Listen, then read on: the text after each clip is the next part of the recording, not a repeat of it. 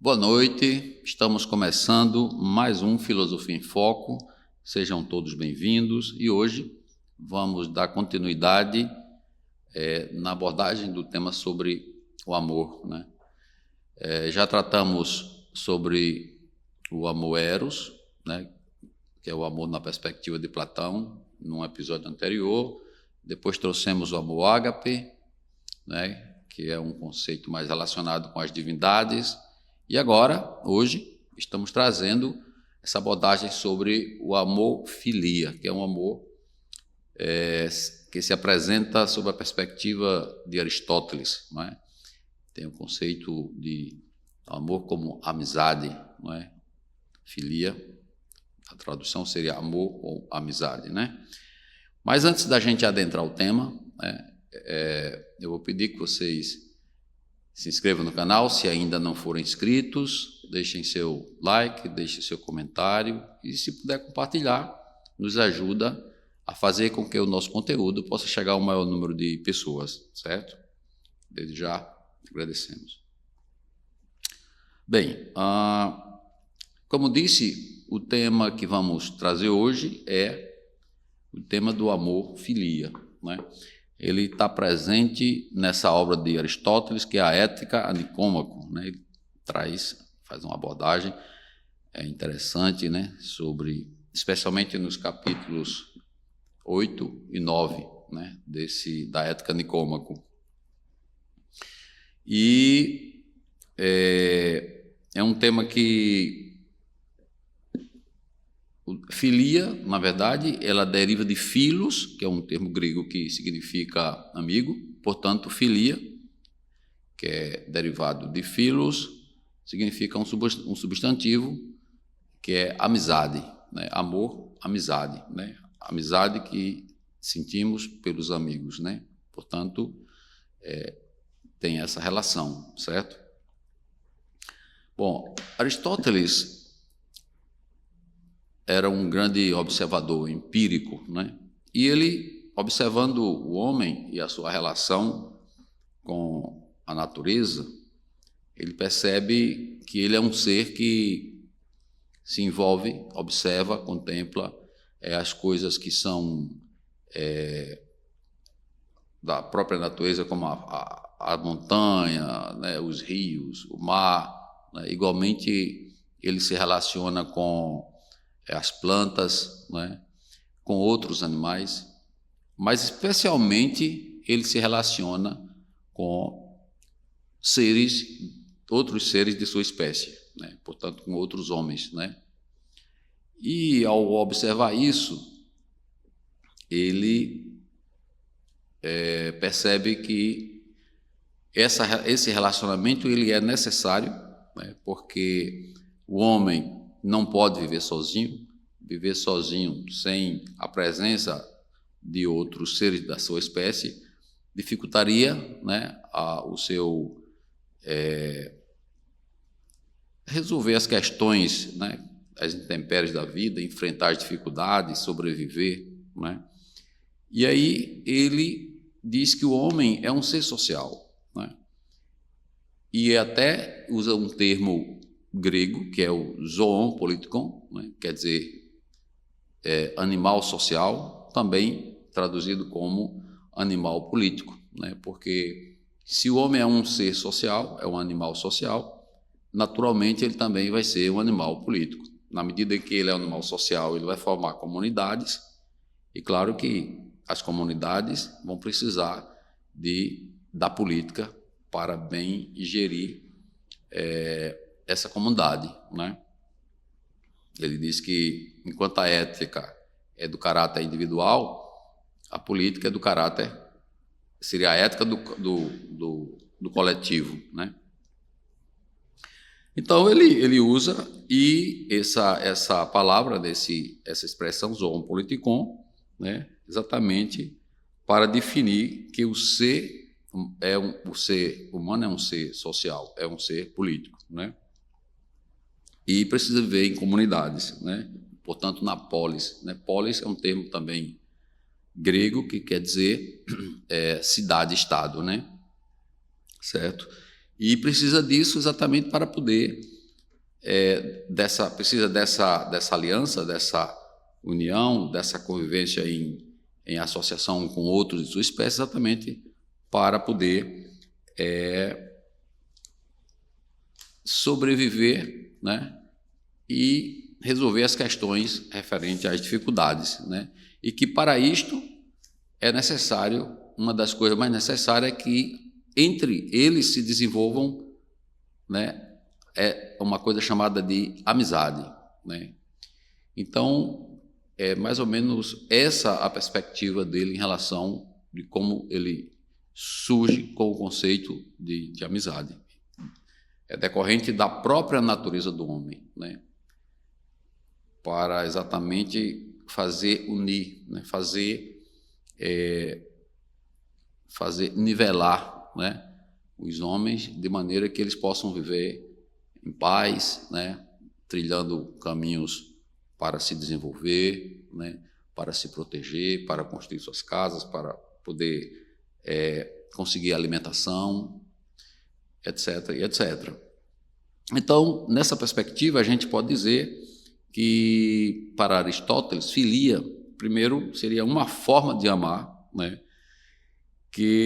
onde os amantes, quem ama e quem é amado, né, no caso aqui, quando eu falo amante, eu estou falando no sentido de que é aquele que é amado, né, e o amado quando eu digo amante, é aquele que ama, e o amado é aquele que recebe o amor, mas que essa relação ela é recíproca, né? Então, é uma forma de amar em que busca o bem do outro, né? Nesse sentido, filia seria uma forma de amar onde há entre o amante e amado, né, sempre essa relação de cuidar do bem do outro, de desejar o bem do outro, né? E que ela está pautada por um processo de confiança, né, e de respeito que também ele é mútuo, né? Ele é recíproco, certo? Bom, uma outra observação para a gente ir avançando é que a filia é indispensável para a boa convivência, exatamente. Quando ele faz a observação de que o homem precisa se associar, então o conceito de amizade surge exatamente para que seja possível essa boa convivência entre os seres semelhantes, né? Então ela é necessária para essa boa convivência, para se atingir aquilo que ele chama da eudaimonia, que eudaimonia é um outro termo grego que quer dizer felicidade, né? A felicidade seria atingida através das ações virtuosas, né? O homem virtuoso deseja para o seu semelhante coisas virtuosas, né? Deseja o bem como finalidade para que ele alcance o sumo bem. E esse sumo bem seria a felicidade, ou a eudaimonia, né? E também, por conta de que a amizade ela se estabelece entre duas pessoas que, na verdade, têm mais ou menos a mesma sintonia no sentido de desejar o bem para o outro. Então, portanto, ela é recíproca, né? Ela é estabelecida como uma constância, né? Ela é constante e é um relacionamento duradouro. Portanto, a filia, nesse sentido, representa a amizade como algo duradouro, né? Às vezes você tem um amigo ou tem uma amiga que você conhece desde a infância e que chegam a envelhecer juntas, né? A amizade permanece, né? A gente pode citar assim, pode se lembrar de vários casos assim. Cada um de vocês que estão acompanhando o podcast conhece pessoas assim, né? Então, esse tipo de amizade é a filia, exatamente porque é um tipo de amizade que, primeiro, não quer nada em troca, ela é gratuita, ela é natural, ela é espontânea, ela é generosa, certo? Porque a generosidade faz parte dessa amizade, e ela compõe, né, é um dos dos alicerces que compõem isso, e a virtude, né, como, digamos assim, de desejar o bem ao outro gratuitamente, né? E também a gente pode dizer que a filia para Aristóteles ela é tão importante, como ele cita aqui na Ética, a Nicômaco, que ela é o fundamento não só da ética em si, de sua ética, da ética aristotélica, mas também sobre o seu posicionamento político, né? Porque a ética e a política em Aristóteles estão intrinsecamente relacionadas, né? Elas estão muito ligadas, associadas, né? Bem, então vamos ao conceito de amizade, né, na perspectiva de Aristóteles, certo? Então, segundo Aristóteles, né, uma vida virtuosa, portanto, seria aquela vida que o homem vai em busca do bem supremo, né? E esse bem supremo, como eu disse, seria a felicidade, né? Ou a eudaimonia, né? E é justamente por isso que o tema da amizade está inserido exatamente na ética, como eu mencionei, certo? Pois a amizade é estruturalmente ligada à virtude e à felicidade, né? Então, a amizade é uma virtude ou implica virtude, né, na visão de Aristóteles, sendo, além disso, necessária, né, à vida.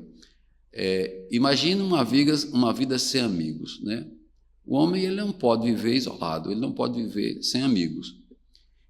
E aqui a gente pode considerar amigos, né? Talvez o que a gente não considera no senso comum, porque a gente considera amigos só aquelas pessoas que são muito, que estão, digamos assim, que tem uma amizade, a relação que tem uma amizade que está alicerçada pelo desejar o bem do outro.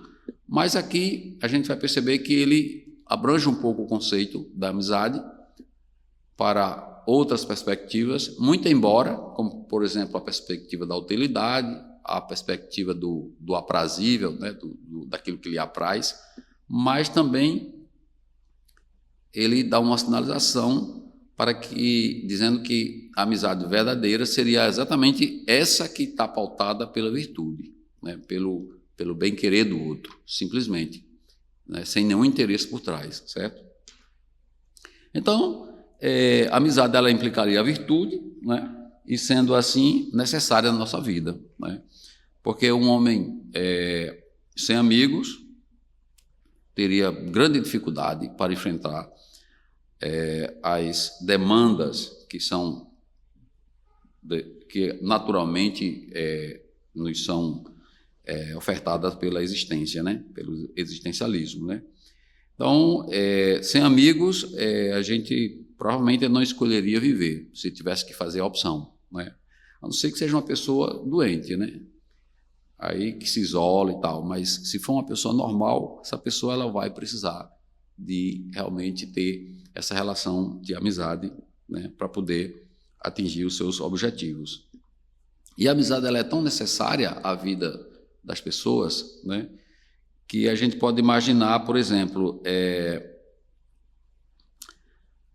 que ela ajuda os jovens, né, a se afastarem do erro, quando essa amizade está pautada pelo sentido que ele traz aqui, que daqui a pouco a gente vai explicar, que é amizade através das virtudes, né, do bem, do desejar o bem ao outro, né?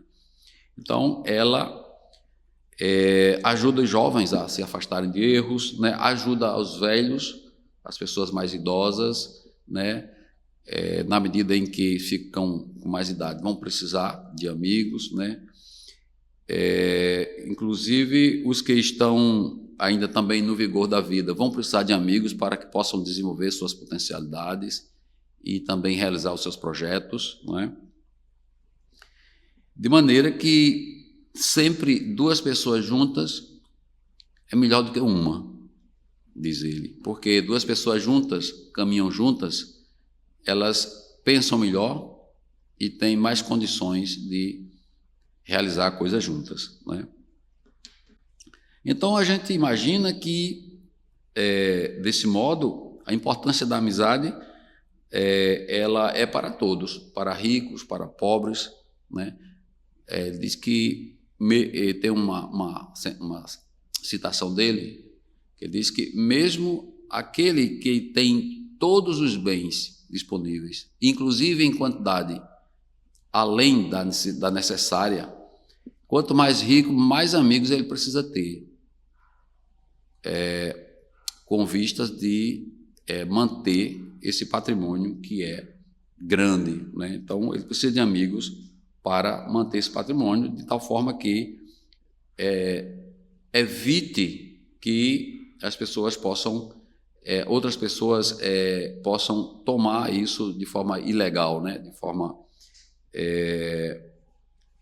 não legal, né? Então, a gente imagina que para os pobres igualmente, para os jovens, né, para os homens de meia idade, para os velhos, para todas as pessoas, né, a amizade ela é um grande componente, né, da existência do homem, não é? Então, a gente pode dizer que a amizade ela é exclusiva dos seres humanos, né? Porque eu não posso tratar um objeto como tendo amizade por ele, né? Por exemplo, eu jamais poderia dizer que eu tenho amizade pelo vinho ou que desejo o bem do vinho, né? Porque o máximo que eu posso desejar é que ele se conserve para que eu possa desfrutá-lo dele na ocasião necessária, né? Mas eu não posso desejar o bem do vinho, né? E a amizade, você precisa desejar o bem do outro. Então, nesse sentido, ela não é recíproca, né? Ela só pode ser recíproca se for com seres da mesma espécie, né? No caso do homem, né? Que eu quero dizer. Então, assim, o conceito que a gente pode traduzir de Aristóteles para a filia seria que é o amor recíproco, né, entre as pessoas, né, por serem boas, né, por serem boas em si mesmas, né, e desejar o bem ao outro através da virtude na busca da felicidade, que seria o bem supremo ou a eudaimonia, né? Então, basicamente, este seria um conceito que a gente poderia dizer, resumidamente, do que é a filia para Aristóteles, né? Agora, ele vai ainda avançando no tema e vai dizer que existem 3 formas de amizade, né? E que o homem ama 3 coisas, que uma delas é a utilidade, a outra é exatamente as coisas aprazíveis, aquelas coisas que me apraz, que me faz bem, que me relaxa, que me descontrai, que me dá um certo prazer, e o outro é o bem. Então, essas 3 coisas, né? O útil, o aprazível e o bem. Então, a amizade, assim como existem essas 3 estimativas aí, né? essas três coisas estimáveis, né? Ele vai dizer que existem 3 tipos de amizade com base nessas 3 coisas que são desejadas, certo? Então, a primeira seria aquela amizade que você se aproxima do outro com uma perspectiva utilitária, né? Você, por exemplo, eu vou citar um exemplo aqui.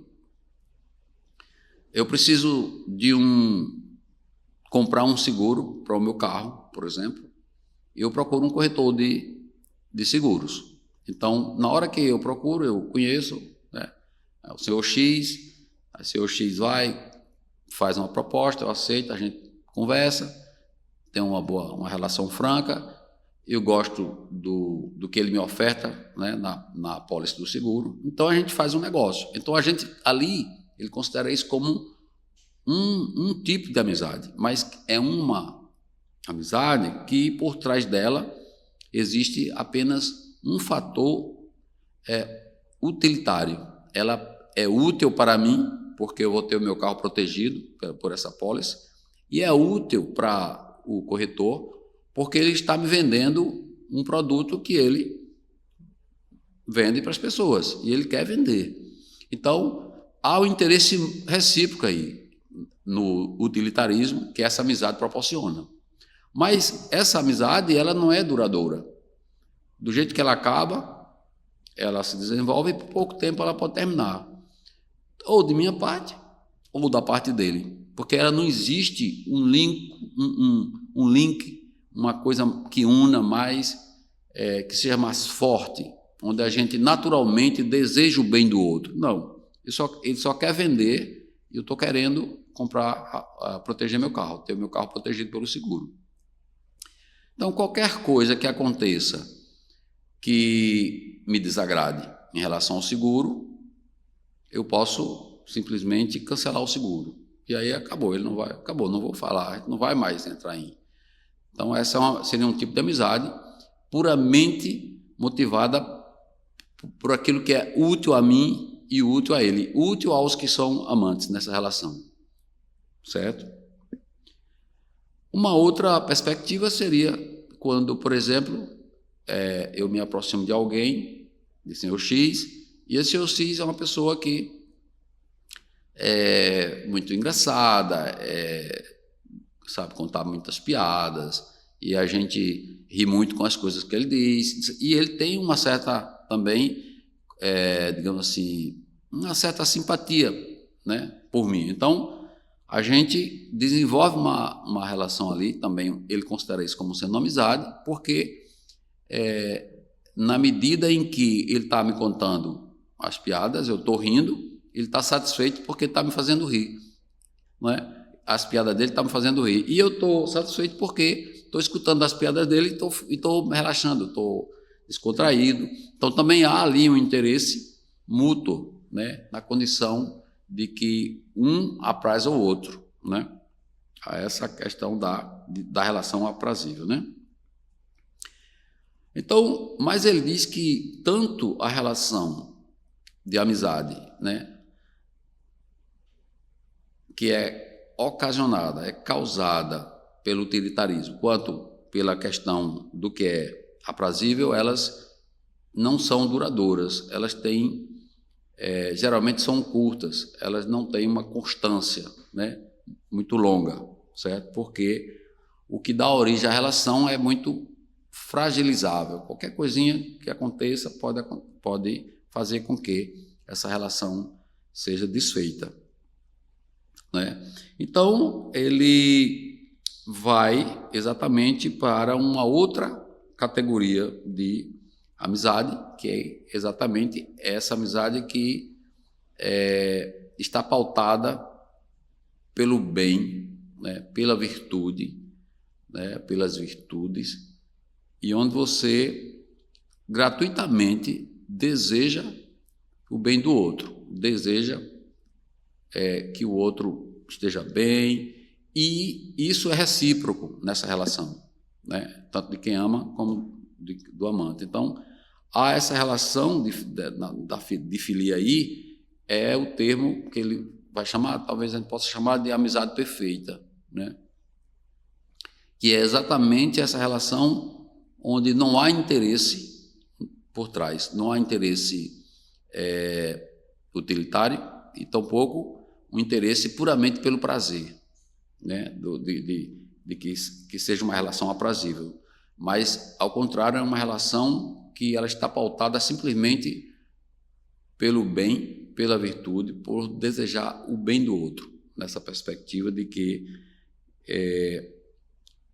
seja recíproca essa relação de desejar o bem, né?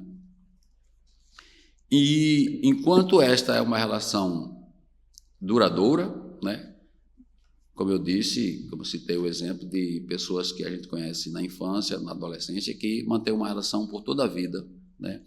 É uma coisa totalmente desvinculada do utilitarismo, totalmente desvinculada das coisas do prazer, né? Mas sempre pautada pelo desejar o bem do outro, em todos os sentidos que você possa imaginar. Então, essa amizade é o conceito literal de filia que Aristóteles nos deixa, certo?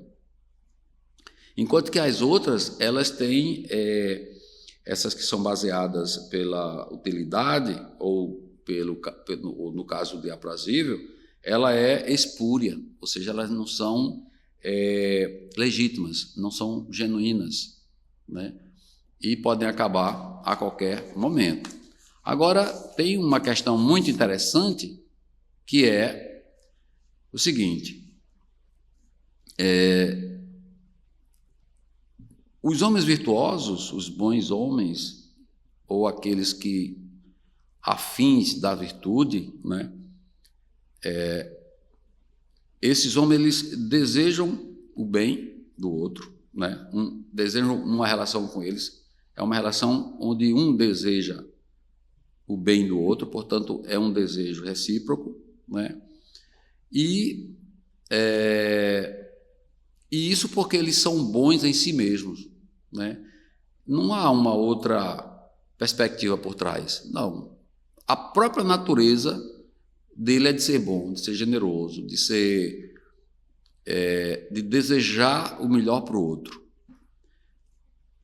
Esse tipo de relacionamento, esse tipo de amizade, né? Esse tipo de relação, ela é exatamente o termo mais durável de uma relação, né? Porque ela está pautada exatamente pela virtude, né? Ela pelo bem, né? Na busca da paz, na busca de um equilíbrio, né? Na busca de poder sempre estar ali para dar o apoio, né? Quando o outro precisa, né? No apoio que eu digo no sentido de dar essa palavra, né? De chegar junto, né? De estar ali para reforçar, né? Agora, o interessante é que ele diz o seguinte: muito embora essa amizade, como eu estou explicitando aqui, né? Que é uma amizade formada por homens bons, virtuosos, ou que são afins da virtude e que desejam um ao outro o bem, né, na busca do bem supremo, né, da felicidade, da harmonia. Pelo fato delas serem tão espontâneas, né, e naturais, porque isso está de acordo com a própria natureza desses homens que participam desse tipo de amizade, elas abrem naturalmente um espaço para que as coisas utilitárias, o útil, e as coisas aprazíveis façam parte dela naturalmente. Não é uma amizade que começa ou tem por objetivo o que é útil ou o que é aprazível. Mas uma vez que essa amizade, ela iniciou exatamente porque as pessoas envolvidas na relação, elas desejam o bem do outro, com o tempo, naturalmente, a questão da utilidade e do aprazível, ela surge. Então, é muito interessante essa questão que ele traz, né? E a gente percebe que é exatamente assim, né, que acontece. Quando elas surgem simplesmente pelo utilitário ou pelo aprazível, elas têm uma vida curta, elas podem acabar a qualquer momento, partindo de um ou do outro, mas quando elas surgem exatamente pelo desejo do bem do outro, naturalmente ela engloba aquilo que é útil e aquilo que é aprazível. Então ela se complementa. É o que a gente poderia chamar de amizade perfeita, porque ela contempla os três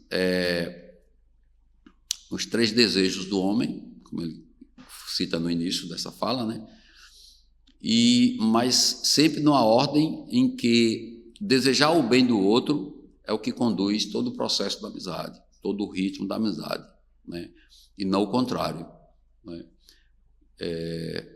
E interessante porque ele faz uma observação ainda sobre, por exemplo, esta relação amizade e egoísmo. Dificilmente uma pessoa egoísta ela é capaz de amar nesse sentido que a gente está dizendo. Exatamente porque ela não consegue enxergar o outro. Ela se aproxima do outro através ou do interesse utilitário ou do interesse pelo prazer.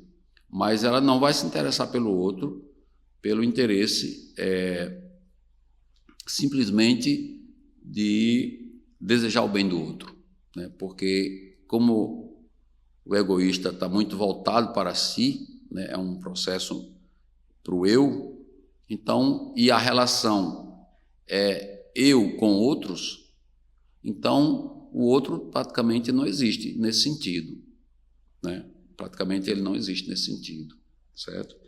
Então,